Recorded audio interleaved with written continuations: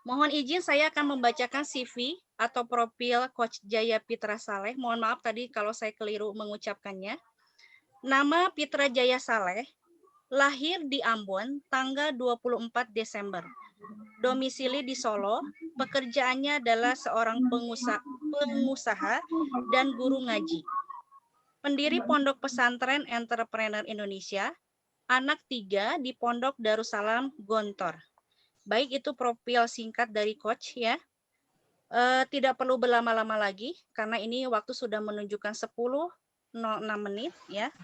Kepada ibu-ibu, mari kita fokus, kita simak dengan seksama pemaparan tentang peranan perempuan dalam ketahanan ekonomi keluarga bersama Coach Jaya Saleh. Untuk itu, kepada Coach kami persilahkan.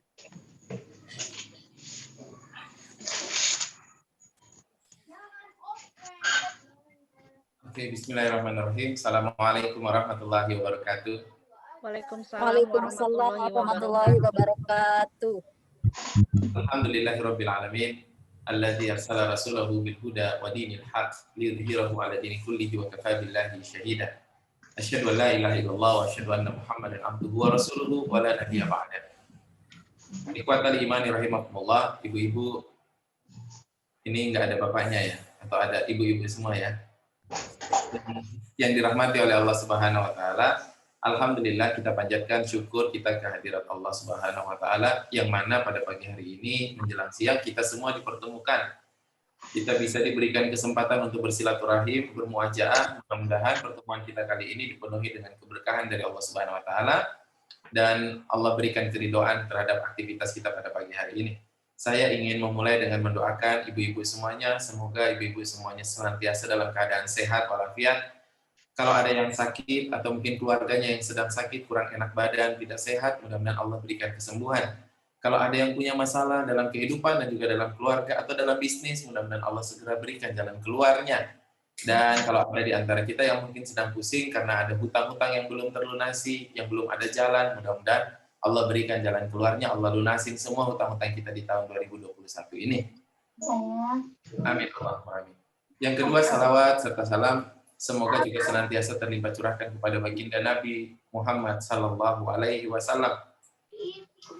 Dan kita semua berharap mudah-mudahan kita mendapatkan syafaat, mendapatkan pertolongan nanti di yaumil akhir, bisa masuk surga bersama Rasulullah sallallahu alaihi wasallam atas izin Allah Subhanahu wa taala. Bapak Ibu semuanya, saya mohon izin dijadikan co-host agar saya bisa share presentasi PowerPoint kepada admin atau operator, minta tolong saya dijadikan host atau co-host biar saya bisa berbagi PowerPoint-nya biar kita bisa diskusi pada siang hari ini. Nah, tema kita hari ini sambil kita menunggu saya dijadikan co-host, tema kita hari ini adalah bagaimana memberdayakan ekonomi keluarga. Memberdayakan ekonomi keluarga. Bapak Ibu, ibu-ibu semuanya, saya sekarang membina ribuan orang reseller, distributor, jaringan yang ikut berjualan bersama saya. Ribuan orang. Dan yang menariknya adalah sejak saya jualan dengan ribuan orang membantu saya sejak tahun 2014 sampai dengan sekarang, berarti sudah 7 tahun. Datanya selalu adalah 80% bahkan 90% yang menjadi jaringan, yang ikut berjualan, yang paling semangat, yang paling rajin, yang paling tekun, itu ibu-ibu, bukan bapak-bapak. Jadi sampai dengan hari ini, banyak sekali jaringan-jaringan saya itu paling banyak adalah ibu-ibu. Nggak tahu, mungkin ibu-ibu itu memang sudah terlahir ulet atau semangat, selalu senang jualan gitu ya, kumpul-kumpul jualan. Di pengajian, ke pengajian bawa produk, ke acara reuni bawa produk, kemana-mana bawa produk, tidak malu-malu. Kalau bapak-bapak itu biasanya gengsian ya. Jadi dari 2014 sampai sekarang banyak ibu. Artinya bahwa peran ibu-ibu, peran istri atau peran ibu rumah tangga dalam menopang ekonomi, dalam membantu ekonomi suami itu sangat berperan penting ya.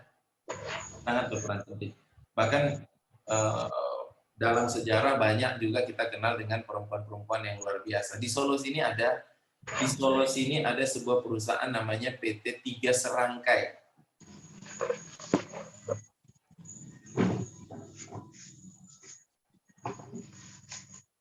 Oke, baik. Untuk jadi co-host belum bisa. Atau saya kirim saya kirim PPT-nya aja nanti biar nanti dibuka dari sana. Ini PPT-nya saya kirim ke WA.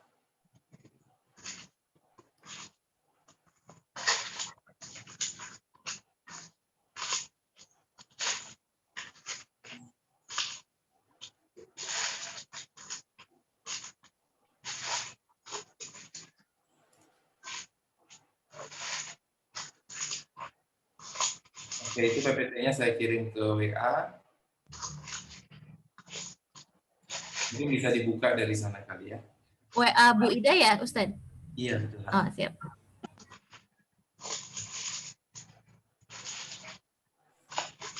Sudah nyampe belum ya WA-nya?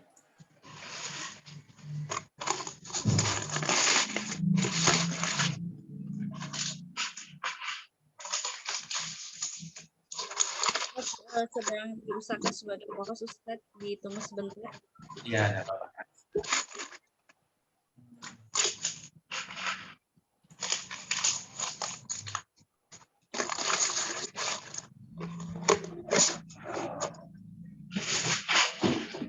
Oke. Sambil menunggu slide-nya bisa ditampilkan. Nah, ibu-ibu semuanya, jadi poin pertama adalah saya ingin menyampaikan bahwa peran perempuan atau peran ibu rumah tangga itu dalam menopang ekonomi keluarga itu sangat sangat penting di zaman sekarang. Bahkan di Solo itu ada perusahaan namanya PT Tiga Serangkai Internasional. Dia cetak buku gitu ya. Perusahaannya mencetak buku dan itu pemiliknya, ownernya yang meraninya itu sekarang adalah namanya Bu Aminah. Bu Aminah itu jadi perusahaannya bahkan sudah sampai TBK atau terbuka atau sudah sampai listing di bursa efek. Artinya pas sahamnya sudah dijual secara internasional. Itu seorang ibu-ibu, bukan hanya punya perusahaan percetakan, penerbitan, tapi Tiga Serangkai itu sekarang punya, dia bikin masjid di mana-mana, dia bikin pesantren di mana-mana. Kalau di Solo ada pesantrennya namanya Asalam, dia punya guru atau punya Carrefour, dia punya pesantren mahasiswa, dan itu semua dinahkodai oleh seorang ibu. Artinya kita memiliki perempuan dan laki-laki sekarang memiliki hampir setara dalam hal berbisnis, ya, dalam hal berbisnis. Nah, Bapak Ibu semuanya, dan yang berikutnya, poin berikutnya, saya ingin menyampaikan apalagi ditambah dengan masa-masa seperti hari ini, kita masuk ke masa-masa pandemi. Oh, ini muncul. Kita, mau bisa dibesarkan? Kita masuk di masa-masa pandemi. Baik.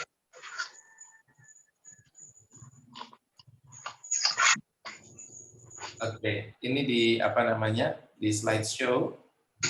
Yes. Next.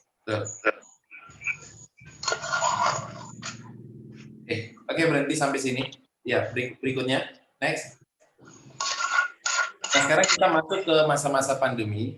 Di masa-masa pandemi ini keadaan berubah. Banyak ekonomi keluarga yang terganggu, bahkan kehilangan penghasilan karena masa pandemi. Nah, Bapak Ibu semuanya, Ibu-ibu semuanya, saya ingin menyampaikan terlebih dahulu bahwa di masa pandemi ini kita harus hati-hati, kita harus lebih teliti, karena pekerjaan kita yang dulu di masa sebelum pandemi, atau bisnis kita, jualan kita, di masa-masa sebelum pandemi, bisa jadi dulu bisa menghasilkan uang, bisa jadi dulu bisa menghasilkan omset, tapi di masa pandemi belum tentu apa yang kita jual kemarin, apa yang bisnis kita kemarin itu bisa menghasilkan omset di masa sekarang. Belum tentu.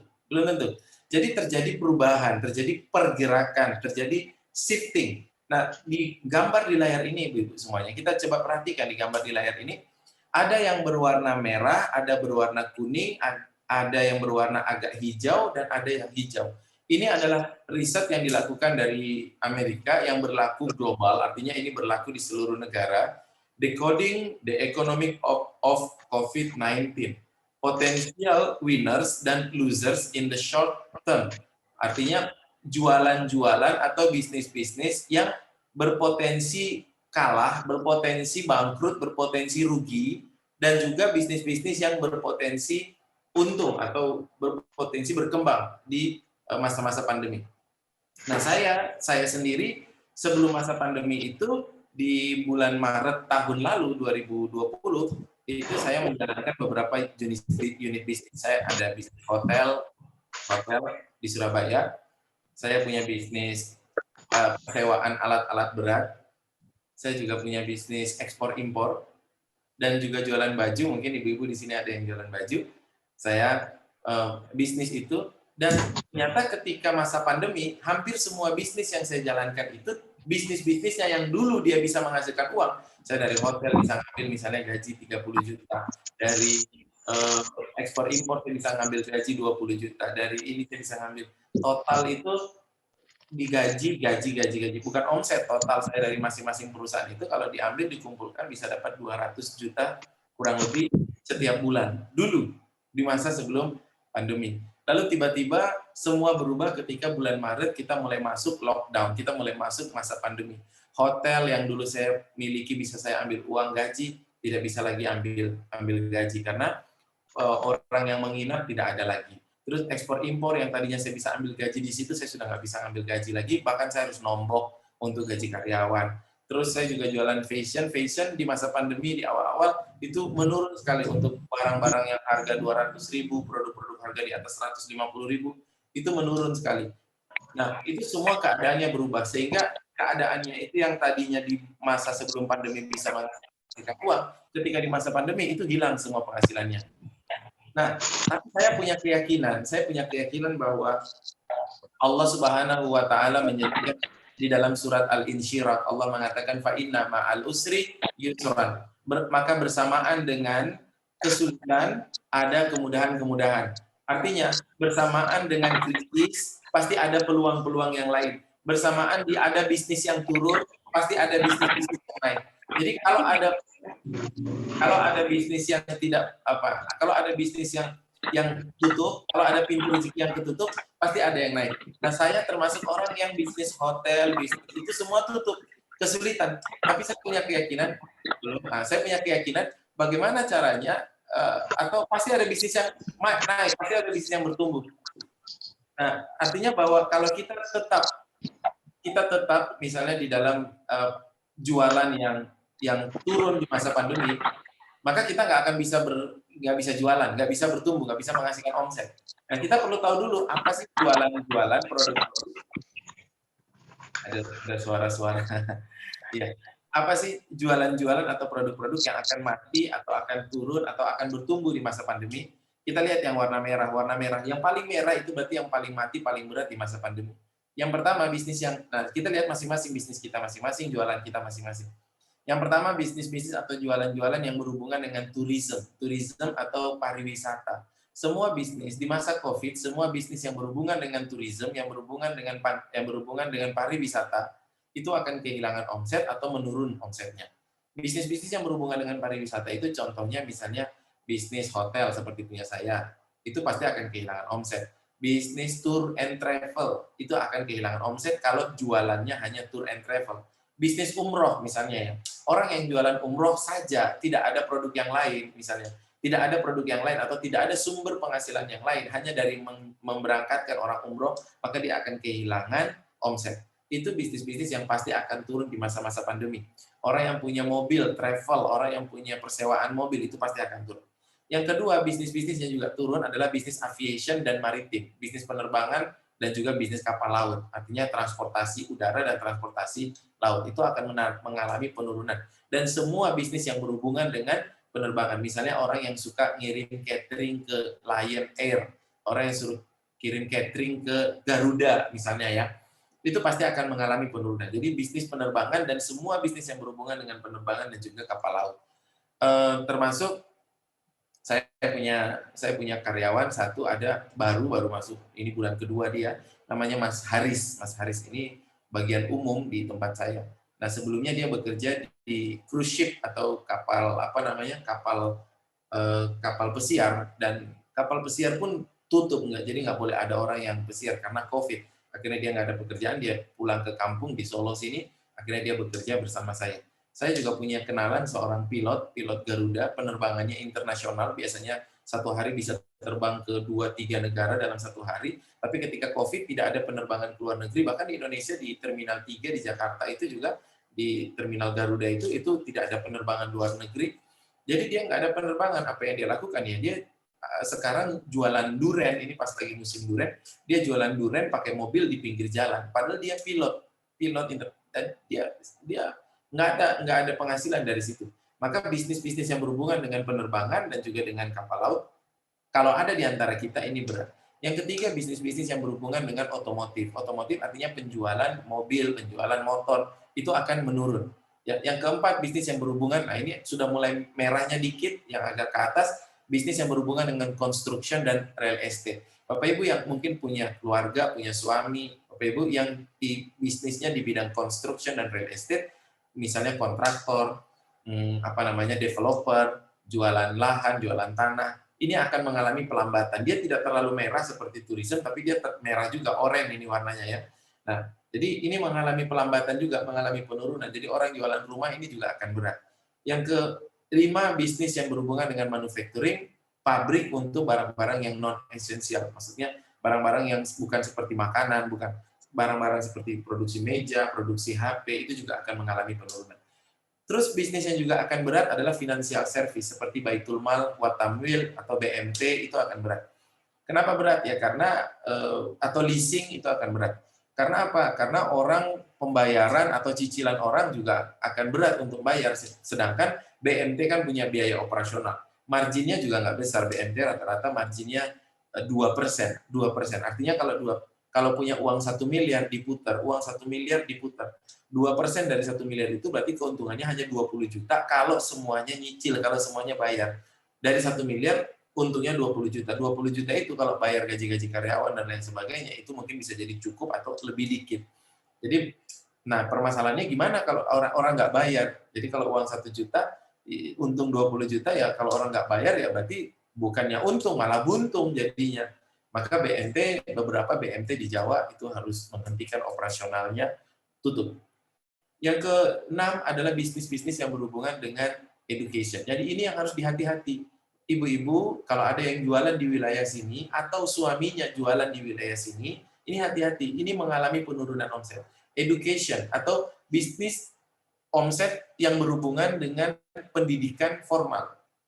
Semua bisnis yang berhubungan dengan pendidikan formal, mungkin di sini ada yang guru yang menyimak ya, ada yang ngajar bimbel. Semua bisnis yang berhubungan dengan pendidikan formal itu akan mengalami penurunan omset. Dia tidak terlalu merah, tapi dia mulai kuning ya. Artinya dia akan terdampak oleh corona. Misalnya bisnis yang berhubungan dengan pendidikan formal itu satu, bimbingan belajar. Orang yang punya bimbingan belajar itu mau nggak mau harus menghadapi efek dari corona. Pasti menurun omsetnya. Yang kedua, bisnis yang jualan di kantin, misalnya ya, yang tentang kantin sekolah. Nah, kalau nggak sekolah, bahkan tukang cilok yang jualan, cilok tahu ya, tukang cilok yang jualan di depan sekolah pun itu pasti terdampak. Ya, tukang gorengan atau tukang jualan snack itu pasti terdampak. Yang berhubungan dengan pendidikan formal.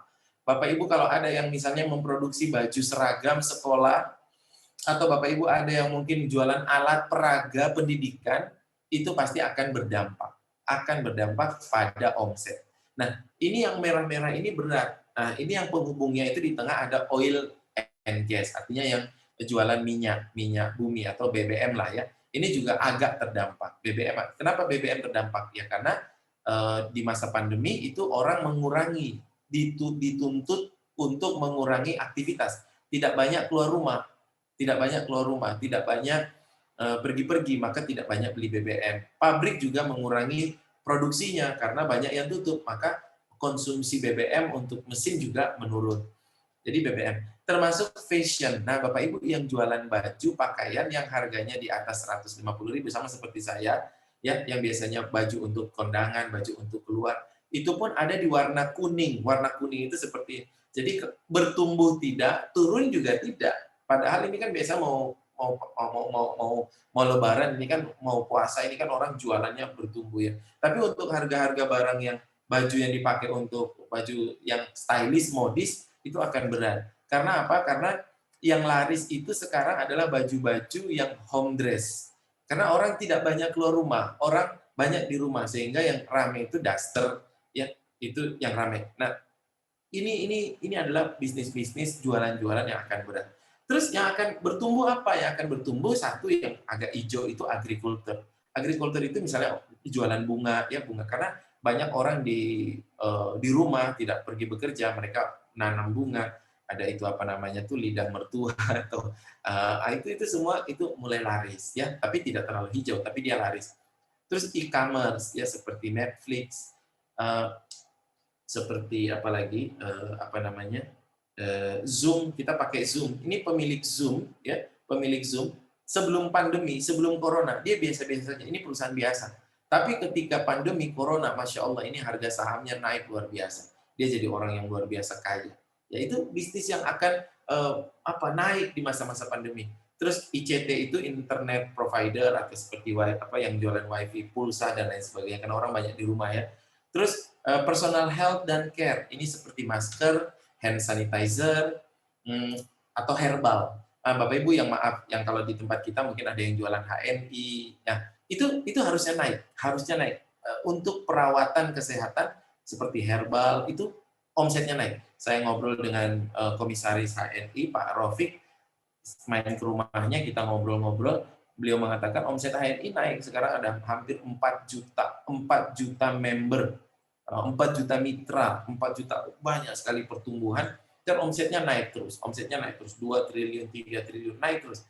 Karena masa pandemi ini banyak orang memprioritaskan kesehatan. Yang bertumbuh juga adalah food processing. Food processing itu seperti makanan olahan. Jadi begini, kalau kita jualan makanan, jualan kuliner itu yang kita jual ada 3. Jadi kalau kita punya warung, yang kita jual itu ada 3. 1, yang kita jual adalah makanannya, rasanya, enaknya. Itu yang kita jual yang pertama. Jadi misalnya orang buka warung, warungnya enak. Yang dia unggulkan, yang dia pengen jadi alasan orang datang adalah enaknya. Itu yang pertama, model yang pertama. Yang kedua, orang jualan kuliner, tapi yang dia jual bukan makanannya. Yang dia jual adalah tempat nongkrongnya. Jadi tempatnya rame karena tempat nongkrong. Ada yang ketiga, orang jualan kuliner, bukan jualan makanannya, tapi yang dia jual adalah tempat selfie-selfie-nya, tempat eksisnya, tempat foto-fotonya. Nah, jadi yang ramai di masa pandemi itu adalah yang nomor 2 dan nomor 3. Yang tempat makan yang ada foto-fotonya, tempat makan yang ada tempat nongkrongnya. Tapi kalau tempat makan, hanya tempat makan saja, nggak ada tempat foto-foto, nggak ada tempat nongkrong, maka ini akan mengalami penurunan di masa-masa pandemi. Nah, food processing itu jadi makanan yang diolah jadi tidak hanya sekedar makan, makanan olahan ya seperti food frozen food ya. Frozen food itu juga mengalami peningkatan. Dan yang paling meningkat itu medical supply seperti vaksin, obat-obatan itu meningkat, APD itu meningkat. Nah, Bapak Ibu semuanya, kalau kita lihat ini, ketika saya membaca ini data ini, ternyata bisnis-bisnis saya di awal-awal dulu di tahun kemarin itu ada di warna-warna merah. Tapi saya yakin rezeki saya itu sudah diatur sama Allah. Yang harus saya lakukan adalah saya punya 2 pilihan. Apakah saya tetap memaksakan produk-produk saya yang ada di warna merah yang sudah notabene nggak bisa dijual di masa pandemi, atau saya harus mencari produk baru, mencari bisnis baru, atau kalau saya tetap dengan produk yang lama, saya harus jualan dengan cara yang baru. Misalnya tadinya saya punya warungnya hanya jualan makanan, apakah saya harus bikin tempat nongkrongnya biar rame? Jadi bisa jadi rencana bisnis kita itu bisa berubah. Jadi bisa jadi produk kita ganti, bisa jadi bisnis kita berganti, bisa jadi cara jualan kita berubah, bisa jadi partner kita berubah, bisa jadi saluran funneling kita berubah. Jadi intinya di pandemi itu kalau kita tidak berubah, sedangkan hasilnya kita turun, maka kita akan mati. Kita akan merasa kehidupan menjadi berat. Maka untuk mengangkat ekonomi saya sendiri, akhirnya saya tidak menjalankan bisnis-bisnis dan produk-produk saya yang lama. Akhirnya saya berpindah dari warna merah, saya berpindah ke warna hijau. Dan alhamdulillah hari ini kondisi saya jauh lebih baik dibandingkan kondisi sebelum corona. Jadi kondisi saya hari ini itu sudah 2 kali bahkan 3 kali lipat. Alhamdulillah saya bisa beli kendaraan, bisa beli tanah. Itu dulu di masa sebelum corona nggak bisa. Jadi Bapak Ibu semuanya, ibu-ibu semuanya, jadi saya berpindah. Nah sekarang saya jualan herbal, saya bikin probiotik. Dulu saya nggak pernah jualan herbal, dulu saya nggak tahu cara jualan herbal. Tapi saya belajar, saya mengasah kemampuan. Bagi saya hidup ini harus diselamatkan. Kalau produk saya yang kemarin nggak bisa untuk menghasilkan omset, maka saya nggak boleh fanatik dengan produk. Saya harus cari produk yang bisa menghasilkan omset. Nah, terkadang orang tidak berubah, kita tidak berubah karena kadang kita emosional. Emosional itu maksudnya, aduh aku kalau rubah jualan yang lain nanti apa kata orang. Nah, kadang-kadang begitu, kalau bisnis aku diganti, aku kan terkenal di sini dengan bisnis yang kayak begini. Nanti apa kata orang, gitu. Padahal di masa pandemi belum tentu dia bisnis itu bisa berjalan. Nah, Bapak Ibu semuanya, kita harus mengevaluasi, lalu mengambil keputusan, apakah kita tetap menjalankan cara seperti ini, atau produk ini terus, atau bisnis ini terus, jualan ini terus, padahal mungkin di masa sesuai data ini dia menurun, atau kita harus mencari produk baru, mengganti bisnis baru, menjual dengan cara yang baru, supaya kita bisa bertumbuh di masa pandemi. Nah, Bapak Ibu semuanya, keadaan ini, keadaan di luar ekosistem ini, keadaan lingkungan ini, itu harus menjadi bahan pertimbangan kita dalam memilih mau bisnis apa. Jadi, kita jangan memaksakan ketika misalnya, misalnya saya punya teman, dia punya penghasilan, satu-satunya penghasilan dia dari memberangkatkan jamaah umroh. Jadi setiap bulan itu dulu dia bisa memberangkatkan 30, 40, 50 orang berangkat jamaah setiap bulan. Dia senang, dia bahagia. Lalu tiba-tiba COVID datang. Ketika COVID datang, ditutup, lockdown. Saudi Arabia menutup untuk tidak boleh ada lagi umroh, tidak boleh ada lagi jamaah masuk. Nah, itu di bulan Maret mulai ditutup. Lalu saya ketemu dengan teman saya ini di bulan September, artinya Maret ke September itu ada 6 bulan. Lalu saya tanya sama dia, gimana penjualan? Dia bilang, wah coach, kita mengalami peningkatan luar biasa. Keren ini, kok bisa ya umroh, kok peningkatan omset luar biasa. Saya tanya, gimana peningkatan? Lalu dia mengatakan, permintaan orang list daftar nama orang yang mau berangkat umroh yang kami punya, itu semakin banyak, orang pengen banget berangkat umroh, kita udah punya list banyak banget. Itu bulan 9. Lalu saya tanya, terus ini nanti bisa berangkat umroh kapan? Nah, dia menjawab, belum tahu coach, tapi kalau ini bisa berangkat, kita langsung berangkatkan semuanya kalau bisa. Semua luar biasa. Nah, saya tanya lagi, berarti selama bulan Maret, April, Mei, Juni, punya omset apa enggak? Terus dia mengatakan, belum coach, ini belum omset, ini hanya baru sekedar daftar nama, kita belum bisa mendapat omset. Terus saya tanya, terus kapan ini bisa jadi omset? Belum tahu. Nah, teman-teman, kadang-kadang ada orang yang seperti ini. Apa ya? Karena mungkin bisanya cuma itu, ya. Tidak mau belajar hal baru. Kalau pindah cari yang lain, bisnis yang lain, mungkin takut pikiran orang lain ngatain apa. Tapi harus berkorban, harus berdarah-darah. Jadinya dia membayar egonya, membayar untuk menjaga egonya dengan kebangkrutan, dengan harus nombok, dengan harus berdarah-darah, menurunkan gaya hidup.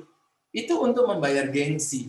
Nah, saya sambil senyum, saya bilang, coba cari revenue stream yang baru atau pendapatan yang baru, karena kita belum tahu sampai kapan Saudi akan membuka penerbangan. Pernah dibuka kemarin di akhir tahun, tapi kemudian ditutup lagi sampai dengan sekarang. Bahkan haji ini pun kayaknya pakai kuota, nanti tidak bisa banyak.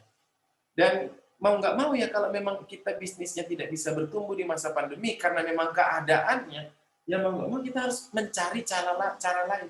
Saya punya keyakinan bahwa selama ada kehidupan, selama ada manusia, maka selalu ada pertukaran, selalu ada bisnis. Cuman pertanyaannya, apakah bisnis produk yang kita jalankan itu cocok untuk masa sekarang? Itu poin yang pertama. Maka Bapak Ibu, ini kita evaluasi. Ibu-ibu nanti bisa ngobrol dengan suaminya, bisa ngobrol dengan keluarganya. Kalau misalnya yang warna merah itu adalah pilihan hari ini, sekarang, ya, maka harus hati-hati. Itu berat. Ya, sekolah itu berat. Maka harus kita sekolah, tapi cari pendapatan baru, cari produk baru, walaupun mungkin masih berhubungan dengan sekolah. Mungkin masih berhubungan dengan umroh misalnya, ya. Misalnya perusahaan seperti Armina Reka, perusahaan yang paling besar di Indonesia, memberangkatkan. Sekarang gimana? Coba pendapatannya nggak ada. Terus Armina Reka kemana? Ya teman-teman Armina Reka yang tadinya jualan Armina Reka ketika masa pandemi, semuanya, reseller-resellernya, jaringannya, ya nggak semuanya sih, kebanyakan besar itu pada pindah jualan produk yang lain. Agen-agen mereka, ada yang jualan eco racing, ada yang, ya Armina sendiri berat, maka Armina harus menciptakan produk apa lagi yang bisa dijual. Nah, sebelum jaringan mereka hilang, sebelum jaringan mereka diambil oleh bisnis lain. Nah, Bapak Ibu semuanya, ini slide ini membuat kita berevaluasi terhadap kondisi bisnis kita. Jadi kalau tidak bertumbuh, ya mungkin karena memang kondisinya lagi berat, maka kita harus berselancar di atas badai, berselancar di atas gelombang. Harus melihat, oh ini lagi pandemi, ini banyak yang dibutuhkan seperti ini. Sesuaikan. Yang penting kita dapat omset, yang penting bisa jualan, yang penting kehidupan kita menjadi lebih baik. Itu yang jauh lebih penting daripada sekedar kita fanatik harus jualan produk itu. Nah, jangan fanatik sama produk, fanatik sama kehidupan kita yang harus menjadi lebih baik. Nah, kalau keadaan kita misalnya pertanyaan, keadaan kita kalau sekarang misalnya seperti saya dulu di bulan Maret, saya berwarna merah semuanya. Apa yang harus kita lakukan? Nah, apa yang harus kita lakukan supaya kita bisa menyelamatkan hidup kita, supaya kita bisa menjadi lebih baik di masa pandemi. Sehingga pandemi itu membuat kita menjadi pribadi, membuat kita menjadi orang keluarga yang jauh lebih bagus sebelum masa pandemi. Saya punya keyakinan bahwa tidak ada sebuah peristiwa yang bisa membuat kita hancur, tidak ada sebuah kejadian yang bisa menghancurkan kehidupan kita, kecuali kita mengizinkan diri kita untuk hancur. Pandemi ini tidak akan bisa menghancurkan kita kecuali kita membiarkan diri kita hancur. Tapi kalau kita berusaha, kita memperbaiki, kita tidak akan pernah bisa hancur. Maka semua kejadian, semua ujian, semua peristiwa buruk dari Allah Subhanahu wa taala yang datang menimpa kita, tidak ada yang bisa menghancurkan kita kalau kita bisa mengambil sisi positifnya dan kita bisa memperbaiki kehidupan kita dan menjadi lebih baik. Nah, Bapak Ibu semuanya, saya menceritakan habis ini, nanti saya habis slide ini saya akan menceritakan apa yang saya lakukan sehingga saya yang tadinya warna merah, yang tadinya bisnisnya nggak bagus sebelum masa pandemi, lalu kemudian hancur di masa pandemi, apa yang saya lakukan sampai kemudian bisa bahkan lebih baik 2, bahkan 3 kali lebih baik, penghasilan saya jauh lebih banyak di masa-masa sekarang. Apa yang saya lakukan? Oke, kita lihat slide selanjutnya. Ini satu slide panjang sekali ya. Bagaimana protokol untuk bangkit di masa pandemi. Next.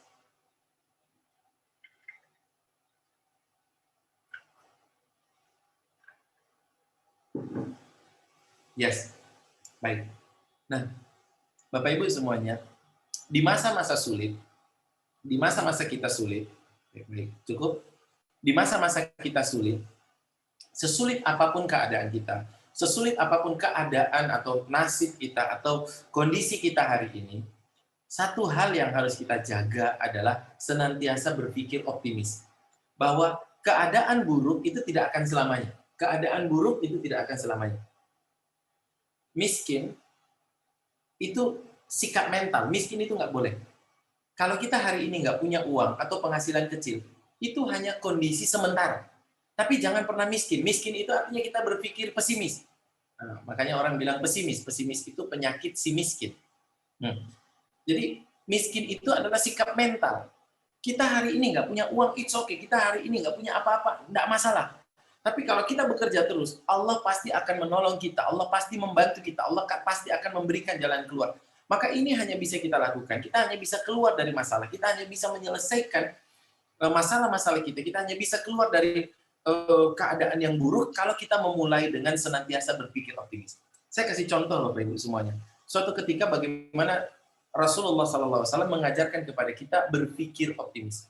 Suatu ketika dalam sejarah, dalam sirah Nabawiyah, dalam sejarah ada sebuah peristiwa yang menarik di mana terjadi perang Khandaq, perang Parit. Dan ini cerita yang masyhur yang kita pahami semua, kita tahu semua, kita hafal semua ceritanya. Jadi ketika perang Khandaq itu terjadi ketika orang-orang dari Mekah, orang-orang Quraisy dari Mekah bersama dengan koalisi orang-orang Yahudi di Madinah, itu mereka berkoalisi. Jadi satu pasukan, kita sebut pasukan Ahzab, pasukan koalisi. Mereka berkoalisi, ada sekitar 10.000 orang. Mereka mengepung kota Madinah, mereka menyerang kota Madinah. Mereka datang untuk menghancurkan Rasulullah dan juga para sahabat. Mereka datang dari Mekah untuk menghancurkan. Sedangkan di Madinah ketika itu hanya ada sekitar 3.000-an. 3.000 orang. 3.000 kali 10.000. Bayangkan, ini nggak imbang. 3.000-an orang. Bukan hanya 3.000-an orang, jumlahnya sedikit, jumlahnya lebih kecil. Ini keadaannya buruk. Bukan hanya itu. Tapi ketika itu di Madinah sedang ada paceklik. Masa tidak ada makanan. Tidak ada makanan sama sekali. Tidak ada makanan. Sehingga itu lagi masa-masa susah. Masa-masa berat. Krisis. Sama seperti kita hari ini. Krisis. Bahkan Rasulullah itu perutnya itu diganjal dengan batu. Orang-orang lain, sahabat yang lain ganjal hanya dengan 1 batu, Rasulullah mengganjal dengan 2 batu untuk menahan lapar. Nah, ketika keadaan seperti itu, dengarlah itu mau diserang, maka berdiskusilah para sahabat, lalu kemudian mengambil usulan dari Salman Al-Farisi untuk menggali parit. Parit yang tidak bisa dilompatin, yang tidak bisa dilewati. Nah, ketika proses membangun parit itu dalam beberapa hari itu tambah lapar, tambah nggak ada makanan.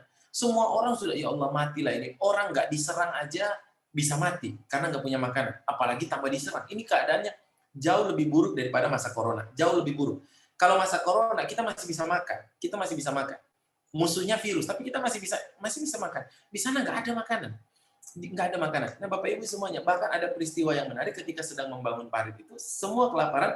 Ada seorang sahabat namanya Jabir, meminta kepada Rasulullah sambil berbisik. Jabir mengatakan, ya Rasulullah, istri saya masak sup.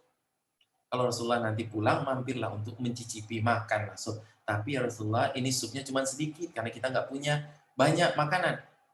Rasulullah saja yang diundang. Nah, ketika itu Rasulullah mengatakan kepada Jabir, bilang sama istrimu di rumah, jangan buka tutup pancinya. Biar nanti saya yang datang, saya yang buka tutup pancinya. Setelah itu Rasulullah mengundang semua sahabat, mengundang semua orang untuk datang makan ke sana. Masya Allah. Datang ke sana. Dan dalam peristiwa itu, Rasulullah mengambil makanan sup dari panci dan tidak habis-habis sampai semua orang sahabat yang minta mangkoknya diisi makanan itu semua makan dan semuanya kenyang. Itu salah satu mukjizat dari Rasulullah SAW, bisa membuat makanan tidak ada habis-habisnya. Nah, Bapak Ibu semuanya, nggak ada makanan ketika itu. Ini keadaan yang sangat berat. Nah, tapi terjadi sebuah peristiwa ketika para sahabat membangun parit, lalu ketemu dengan sebuah batu besar. Sebuah batu besar, lalu dipecahkan oleh para sahabat, tidak bisa pecah. Panggil mereka memanggil Rasulullah, Rasulullah datang, kemudian Rasulullah memecahkan batu itu. Ketika dipukul batu itu, keluar percikan api, kemudian Rasulullah mengatakan begini, saya melihat kita akan menguasai Konstantinopel. Masya Allah. Konstantinopel itu, Bapak Ibu, Konstantinopel itu adalah ibu kota dari sebuah kerajaan besar, namanya kerajaan Romawi, ya, kerajaan Romawi.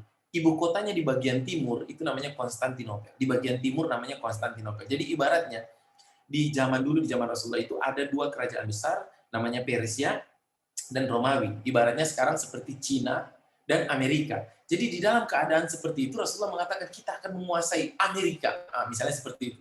Terus dipukul lagi batunya, kemudian keluar percikan api, Rasulullah mengatakan lagi, saya melihat kita akan menguasai Persia. Jadi sekarang kita akan menguasai Cina. Masya Allah. Berani nggak hari ini, kita orang Indonesia, berpikir seperti Rasulullah, kita akan menguasai Amerika, kita akan menguasai dunia, kita akan menguasai Cina.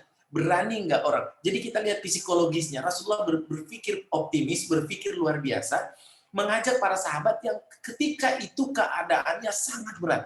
Keadaannya sangat mau mati ya, tapi Rasulullah mengajak berpikir sampai-sampai orang-orang munafik ketika itu mengatakan Rasulullah udah gila bener nih, Muhammad udah gila. Jadi Bapak Ibu, misalnya kita lagi benar-benar nggak punya uang, kita di rumah nggak punya uang, ada orang mau nagih hutang, ada orang mau datang nagih ini nagih, kita nggak punya uang, tapi mungkin suami ibu masih bisa mengatakan, suami ibu masih bisa mengatakan, jangan khawatir Mi, saya yakin, Abi yakin kita akan menguasai Indomaret suatu ketika nanti. Kita akan menguasai Unilever.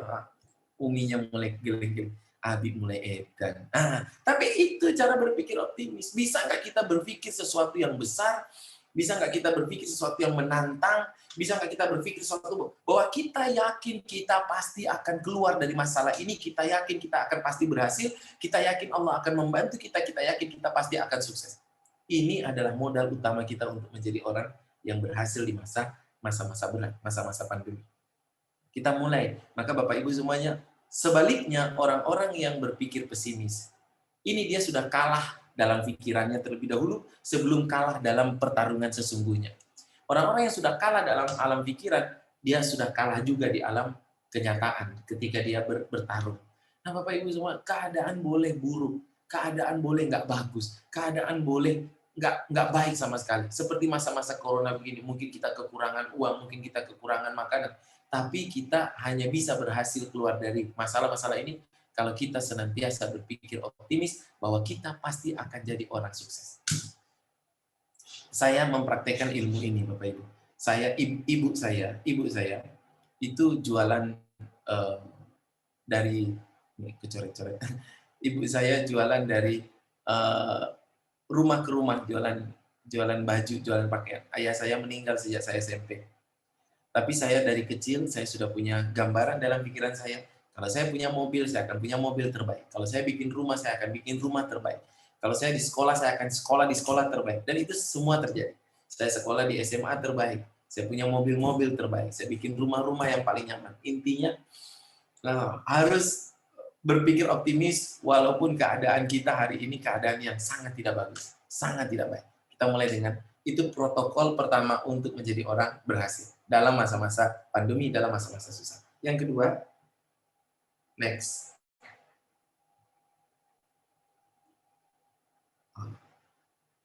Di masa-masa sulit, di masa-masa berat, di masa-masa pandemi, maka yang harus kita lakukan adalah kita berdoa lebih khusyuk, berdoa lebih banyak, meminta lebih banyak kepada Allah Subhanahu wa taala. Kita melihat contohnya Nabi Ayub. Nabi Ayub itu nabi yang diberikan kekayaan, punya banyak harta, punya istri yang solehah, punya anak-anak yang soleh, punya anak-anak yang baik semuanya.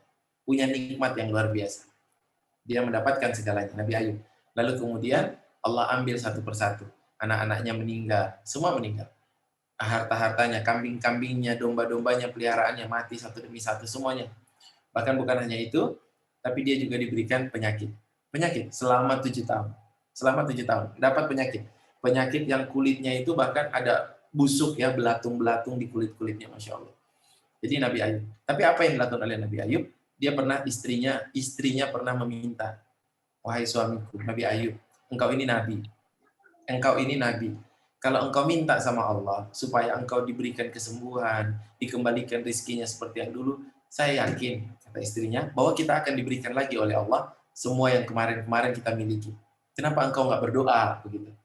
Engkau nggak meminta. Terus Nabi Ayub bilang, kita sudah berapa lama sakit seperti ini, keadaannya seperti ini. Istrinya bilang, kita sudah sekitar 3-4 tahun. Lalu Nabi Ayub bilang, nanti kalau sudah 7 tahun, karena kita sudah merasakan senang lama gitu. Nanti kalau sudah 7 tahun, saya akan minta kepada Allah supaya penyakit biar seimbang gitu. Kita sudah menikmati 7 tahun, nanti 7 tahun saya susah baru saya minta lagi. Saya minta lagi supaya dapat yang baik lagi. Nah, Nabi Ayub itu dia setiap hari dia berdoa lebih khusyuk, meminta. Karena di masa-masa pandemi inilah sebenarnya kesempatan kita untuk lebih dekat dengan Allah. Karena kita merasa terancam, kita merasa butuh pertolongan Allah Subhanahu wa taala. Maka yang tadinya kita, misalnya kita duhanya cuma 2 rakaat, jadikan 4 rakaat. Yang tadinya tilawahnya cuma mungkin 1 lembar, jadikan 1 juz. Yang tadinya kita sholatnya belum ada rawatibnya, belum ada sholat sunnahnya, kita tambahkan sholat sunnahnya. Inilah masa-masa di mana kita bisa berdekatan dengan Allah Subhanahu wa taala.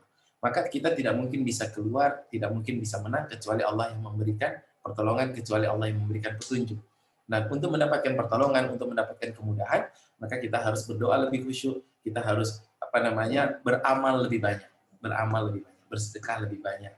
Nah, Bapak Ibu semuanya, ini adalah protokol kedua yang kita harus lakukan ketika kita masa-masa berat hidupnya, masa-masa susah hidupnya, agar kita bisa keluar dari kesulitan. Yang ketiga, next. Berikutnya. Ya. Yang ketiga, bekerja lebih keras. Bekerja lebih keras. Tentu saja, tidak ada yang bisa menggantikan kerja keras. Bapak Ibu kalau hanya berdoa saja, tidak bekerja keras, maka Bapak Ibu tidak akan pernah bisa berhasil. Ibu-ibu ya, tidak ada bapaknya ya. Ibu-ibu kita tidak akan pernah bisa berhasil kalau kita hanya berdoa saja. Coba kita lihat ketika dalam masalah, misalnya contoh kisahnya ibunda Nabi Ismail. Ya, siapa namanya? Istrinya Nabi Ibrahim. Hajar. Ya, Siti Hajar, Masya Allah. Saya lupa ya. Ibunda Hajar. Coba kita bayangkan ya, ketika Ibunda Hajar ditinggalkan di padang pasir, lalu anaknya, bayi Ismail menangis, Masya Allah, menangis meminta minum dan tidak ada air. Nah, apa yang dilakukan oleh Ibunda Hajar? Ibunda Hajar, dia berlari, dia sa'i. Sa'i itu artinya sa'i, bersungguh-sungguh, berlari, mencari ke sofa, ke marwah, dia lari. Kemudian lari lagi ke kanan, lari lagi ke kiri, lari lagi ke kanan, lari. Dan ternyata kemudian Allah memberikan kemudahan, ternyata airnya keluar dari kakinya Nabi Ismail, kakinya bayi Nabi Ismail. Nah, keajaiban itu seperti ini Bapak Ibu. Kita keluar dari masalah itu seperti ini. Kita nggak perlu tahu nanti dari mana solusinya datang. Nggak perlu tahu. Kita hanya perlu memastikan diri kita berlari. Kita hanya perlu memastikan diri kita bekerja. Kita hanya perlu memastikan Allah melihat kita bahwa kita berusaha.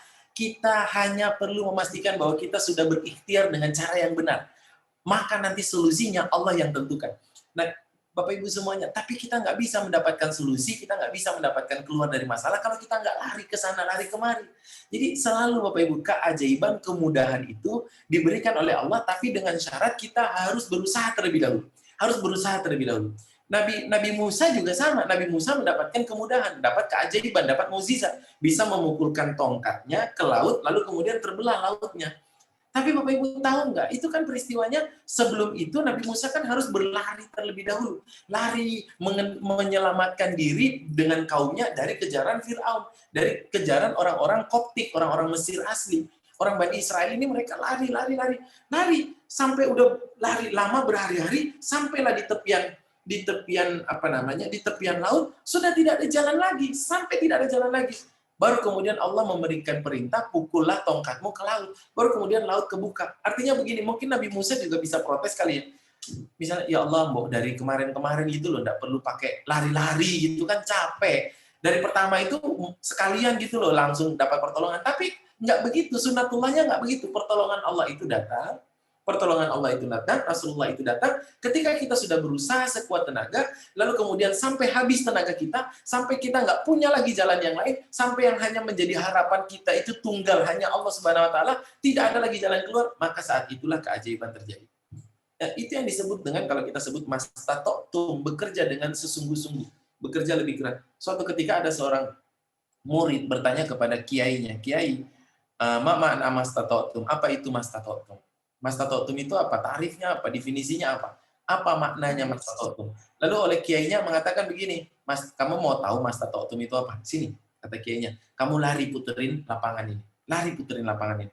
Kemudian dia larilah ini muridnya. Muridnya ini nggak tahu kenapa disuruh lari. Orang cuma nanya mastata'tum itu apa, malah disuruh lari. Sudah satu putaran muridnya bilang, sudah kiai. Oh belum, lari lagi, terus. Lari lagi terus. Lari lagi, sudah sampai, lari lagi. Sudah sampai, lari lagi. Sudah beberapa putaran, lari lagi. Sampai anak murid itu pingsan. Jatuh dia, nggak kuat lagi. Sampai pingsan. Akhirnya tidur. Akhirnya kemudian pas dia bangun, anak muridnya dia tanya, Kiai, saya kok sampai pingsan? Saya itu cuma mau tanya, mastata'tum itu apa?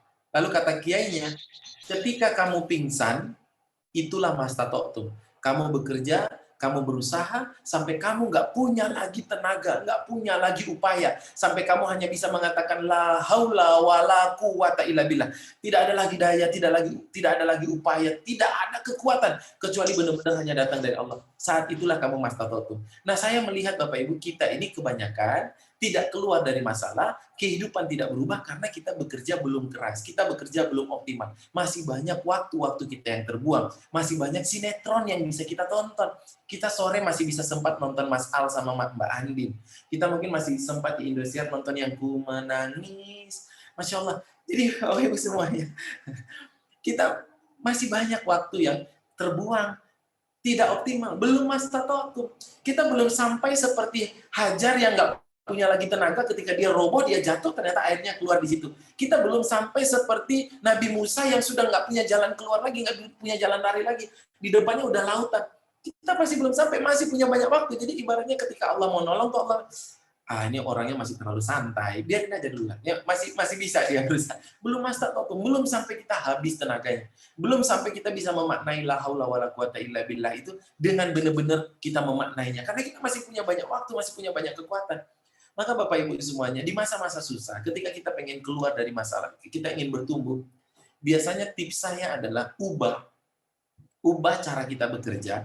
Biasanya orang-orang umumnya itu bekerja produktif itu dari jam 9 sampai jam 5. Jam 9 sampai jam 5. Jam 9 sampai jam 5. Itu orang produktif. 9 sampai 5. 9 sampai 5. 9 pagi sampai 5 sore. Artinya orang menghasilkan itu 9 sampai 5. Kalau kita ingin jadi orang rata-rata, pengen jadi orang biasa-biasa, pengen jadi orang pada umumnya, maka kita harus aktif, mulai bekerja, mulai produktif, 9 sampai 5. Tapi kalau kita pengen jadi orang yang di atas rata-rata, orang yang lebih sukses, orang yang berhasil, maka kita harus merubah jam kerja kita, jam produktif kita dibalik, bukan 9 sampai 5, tapi 5 sampai 9. Mulai habis subuh sampai jam 9 malam harus dipenuhi, dibuat agenda, dipenuhi dengan aktivitas yang produktif. Apa itu produktif? Produktif itu adalah aktivitas-aktivitas yang menghasilkan dua, menghasilkan kebaikan dan menghasilkan uang. Ulangi, semua aktivitas yang produktif adalah aktivitas yang menghasilkan kebaikan, pahala, dan menghasilkan uang. Maka aktivitas yang tidak menghasilkan uang, pahala, itu tidak produktif. Siapa itu yang sudah nangis?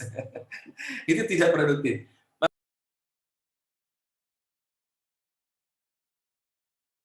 Ya, jam 5 sampai jam 9. Nggak boleh jam 9 sampai jam 5. Karena jam 9 sampai jam 5 itu jadi orang biasa. Kalau Bapak Ibu misalnya berangkat kerja sampai kantor jam 9, terus jam 5 udah pulang, sampai rumah santai-santai, insya Allah Bapak Ibu jadi orang rata-rata. Karena orang rata-rata begitu, kerjanya begitu. Tapi kalau Bapak Ibu ingin di atas rata-rata, bekerja lebih keras, bekerja sampai kita nggak punya tenaga lagi, bekerja itu bukan berarti hanya itu 5 sampai 9 cari uang terus, enggak. Produktif itu artinya ingat menghasilkan kebaikan. Artinya kita ngelikoin, kita ngajarin ngaji, kita ngajarin anak baca, itu juga produktif, itu kebaikan. Yang nggak produktif itu yang apa? Yang misalnya nonton sinetron, scroll di Instagram, nonton TikTok. Kalau itu menghasilkan uang buat Bapak Ibu mungkin nggak apa-apa dilakukan. Tapi kalau itu nggak menghasilkan uang, menghabiskan waktu, nah mungkin pantas Allah belum menolong kita karena kita belum bersungguh-sungguh dalam mencari pertolongan Allah, dalam bekerja untuk memantaskan diri mendapatkan pertolongan Allah Subhanahu wa Ta'ala. Maka Bapak Ibu biasanya saya membuat buku agenda. Saya punya buku agenda saya, kebetulan ada di sini. Saya punya buku agenda. Ini biasanya saya menuliskan agenda saya setiap hari. Saya tuliskan dari sini pagi jam 5 sampai jam 9. Dan setiap kali saya sudah melakukan, saya coret. Kalau sudah semuanya saya garisin. Ini saya garisin. Ini sudah semua. Setiap hari saya melakukannya, sejak saya masih kuliah sampai dengan hari ini saya melakukan ini, semua isinya adalah agenda-agenda. Agenda-agenda. Saya berkelahi dengan agenda-agenda saya setiap hari. Saya bertarung dengan agenda-agenda saya setiap hari. Saya memilih ini menjadi musuh saya. Saya menghabiskan waktu untuk menghabiskan energi untuk mengalahkan ini. Ini agenda-agenda saya. Ini hati-hati kita memilih musuh. Jangan kita memilih musuh yang salah, jangan kita berkelahi dengan pikiran-pikiran orang lain. Kita capek, nggak menghasilkan apa-apa. Hanya mikirin apa nanti kata orang. Kita capek dengan omongan orang lain. Jangan memilih musuh yang tidak menghasilkan. Pilih musuh yang harus dikalahkan adalah kemalasan diri kita sendiri. Kita harus memilih musuh yang bisa membuat kita menjadi lebih disiplin. Jadi saya tuliskan dari jam 5 sampai jam 9 malam. Setiap hari. Kalau sudah terlaksana, saya coret. Kalau sudah terlaksana, saya coret. 1 menit yang kita gunakan untuk membuat agenda, 1 menit yang kita gunakan untuk membuat agenda, itu akan menyelamatkan 10 menit kita besok. Misalnya ini hari Ahad, besok hari Senin. Kita buat agenda untuk hari Senin.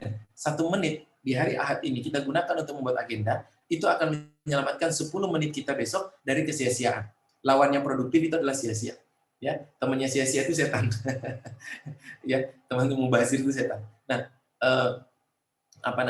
jadi 1 menit itu menyelamatkan 10 menit besok. Berarti kalau setengah jam, 30 menit kita bikin agenda, itu berarti akan menyelamatkan 300 menit kita besok. 300 menit itu setara dengan 6 jam dari kesia-siaan. Kesia-siaan itu artinya tidak produktif. Sia-siaan itu tidak menghasilkan kebaikan, tidak menghasilkan uang. Itu akan terselamatkan kalau 30 menit kita bikin agenda hari ini. Ya tadi saya bilang sia-sia itu ya tadi, membuang-buang waktu, membuang tenaga, buang energi, tapi tidak mendapatkan apa-apa. Tidak mendapatkan pahala, tidak mendapatkan juga penghasilan. Nah, Bapak Ibu semuanya, maka protokol yang ketiga untuk bisa keluar dari permasalahan kita adalah kita bekerja lebih keras, memantaskan diri. Teknisnya adalah dengan membuat buku agenda, lalu bertarung dengan ini setiap hari, selesaikan setiap hari. Kita harus disiplin dengan apa yang kita rencanakan, kita harus melakukan apa yang sudah kita agendakan. Kalau kita bisa berhasil, maka kita akan menjadi orang sukses. Sukses kita besar, sukses yang besar nanti di masa depan tidak terjadi tiba-tiba, tapi sukses yang besar di masa depan adalah terjadi karena kita bisa sukses setiap hari dalam sukses-sukses kecil setiap hari menyelesaikan agenda-agenda yang kita buat. Maka Bapak Ibu perlihatkan kepada saya, Bapak Ibu punya agenda atau tidak? Kalau Bapak Ibu tidak punya agenda, Bapak Ibu tidak punya rencana masa depan. Ibu-ibu tidak punya rencana masa depan, tidak punya rencana untuk menjadi lebih baik. Kalau ibu-ibu punya agenda, sudah pernah menulis, perlihatkan kepada saya agenda ibu-ibu, saya akan perlihatkan kepada ibu-ibu masa depan ibu-ibu. Bukan berarti saya bisa melihat masa depan, bukan. Tapi kebiasaan, aktivitas yang kita lakukan, itu akan menentukan masa depan kita. Sesederhana itu. Yang susah adalah disiplin. Yang susah adalah disiplin. Nah, ibu-ibu semuanya bekerja lebih keras. Satu lagi, next berikutnya. Apa protokol yang kita lakukan di masa pandemi? Yes. Di masa-masa susah, di masa-masa berat, kita perlu melakukan ini protokol namanya berempati dengan Tuhan. Banyak membantu orang lain. Banyak membantu orang lain. Kita susah, tapi orang lain juga banyak yang susah. Dan Allah Subhanahu wa taala akan memberikan pertolongan kepada kita kalau kita juga nolong orang lain. Jadi jangan berpikir aku aja susah, ngapain aku nolong orang lain. Cara untuk mengundang pertolongan Allah adalah dengan menolong orang lain, membantu orang lain, berempati terhadap keadaan orang lain. Saya punya pola, punya kebiasaan. Ketika saya lagi butuh uang untuk membayar sesuatu, saya minta sama Allah. Saya bilang, ya Allah, saya pengen membayar ini, pengen membeli itu, pengen memberikan kepada ini begini, pengen melakukan ini dan itu, dan saya butuh uang, ya Allah. Saya nggak tahu dari mana caranya, bagaimana caranya, dari mana jalannya, saya nggak punya. Saya curhat sama Allah. Boleh nggak kita curhat sama Allah? Bukan boleh, wajib. Ya, wajib, harus. Karena Allah yang meminta, ud'uni, kata Allah, mintalah kepada istajibu lakum. Jadi, Bapak Ibu, saya curhat. Nah, ketika saya selesai curhat minta uang, saya selesai curhat minta rezeki, biasanya yang terjadi dalam kehidupan saya adalah tiba-tiba ada yang WA, tiba-tiba ada yang hubungi, pinjam duit, minta uang, minta donasi. Itu selalu, padahal saya nggak punya uang. Dan itu selalu terjadi, polanya sama. Ketika saya minta sama Allah, ada orang minta sama saya. Dan saya mulai mengenali pola itu. Ketika saya mulai bantu orang, Allah kasih berlipat ganda. Ketika saya nggak ngasih orang, rezeki saya ditahan. Nggak dikasih juga. Jadi, Allah itu membantu kita ketika kita membantu orang lain. Allah itu maha rahman, maha kasih sayang. Maka kita akan diberi kasih sayang sama Allah, Allah akan sayang sama kita kalau kita sayang sama orang. Nah, kadang-kadang di masa sulit itu, kita merasa kitalah yang paling sulit. Kita merasa kitalah yang paling harus mendapat bantuan. Kenapa ada orang lain minta bantuan? Kan kita juga susah. Nah, ini bisikan setan. Maka ketika kita sulit, kita perbanyak sedekahnya. Sedekah tidak akan pernah membuat kita miskin. Kita banyak bantu orang. Kita lihat, keluar rumah, sedekah pagi. Taunya keluar rumah, sedekah pagi. Ya. Lihat orang susah, kasih. Hari Jumat, sediakan anggaran untuk itu. Insya Allah, hidup kita akan menjadi lebih baik. Jadi, ketika kita membantu orang, kita bersedekah, lalu kita bekerja keras, misalnya tadi kita bekerja keras. Misalnya dalam takdirnya, misalnya kita sudah ditakdirkan, kalau kita usaha A, belum berhasil usaha B, belum sukses usaha C, belum sukses usaha D, belum sukses usaha E, belum sukses. Nanti E-nya ada suksesnya ada di usaha F. Takdirnya nih, sukses ada di usaha F, dapat uang banyak di F. Tapi ketika kita bekerja keras, A, B, lalu di A kita sedekah, maka Allah tarik yang harusnya di F itu, Allah tarik, Allah majukan ke C. Cet, gitu. Ketika kita C, dapat besar. Masya Allah. Jadi berempati dengan tulus. Kita undang pertolongan Allah. Kita ajak para malaikat untuk mendoakan kita. Kita ajak penghuni langit untuk mendoakan kita. Berempati dengan tulus. Meminta kepada Allah bukan hanya berdoa, tapi dengan menolong kehidupan orang lain. Maka Bapak Ibu berpikir untuk memberi. Ketika kita menginginkan sesuatu, berhenti untuk hanya meminta, tapi mulailah memberi. Nah, ketika kita memberi, kita akan mendapatkan. Allah bilang bahwa setiap kebaikan yang kita lakukan, pasti Allah akan ganti dengan kebaikan yang lebih banyak. Ya, surat Ar-Rahman ayat ke-60, hal jazaa'ul ihsan illal ihsan. Tidak ada kebaikan kecuali Allah akan balas dengan kebaikan yang lebih banyak. Nah, ini protokol jadi orang baik di masa susah, masa-masa berat. Berikutnya, next. Nah, protokol berikutnya, breakthrough. Yes, Coach, mohon maaf, waktu yang tersedia tinggal 10 menit lagi. siap. Baik. Breakthrough. Breakthrough artinya melakukan terobosan. Terobosan artinya kita melakukan sesuatu yang berbeda dari yang biasanya kita lakukan. Di masa-masa sulit, cara yang kemarin yang kita lakukan kalau nggak berhasil, ya kita perlu melakukan cara yang baru. Nah, ini butuh keberanian untuk melangkah ke cara yang baru. Melakukan breakthrough, terobosan. Berikutnya lagi, next. Waktunya karena sudah mau habis.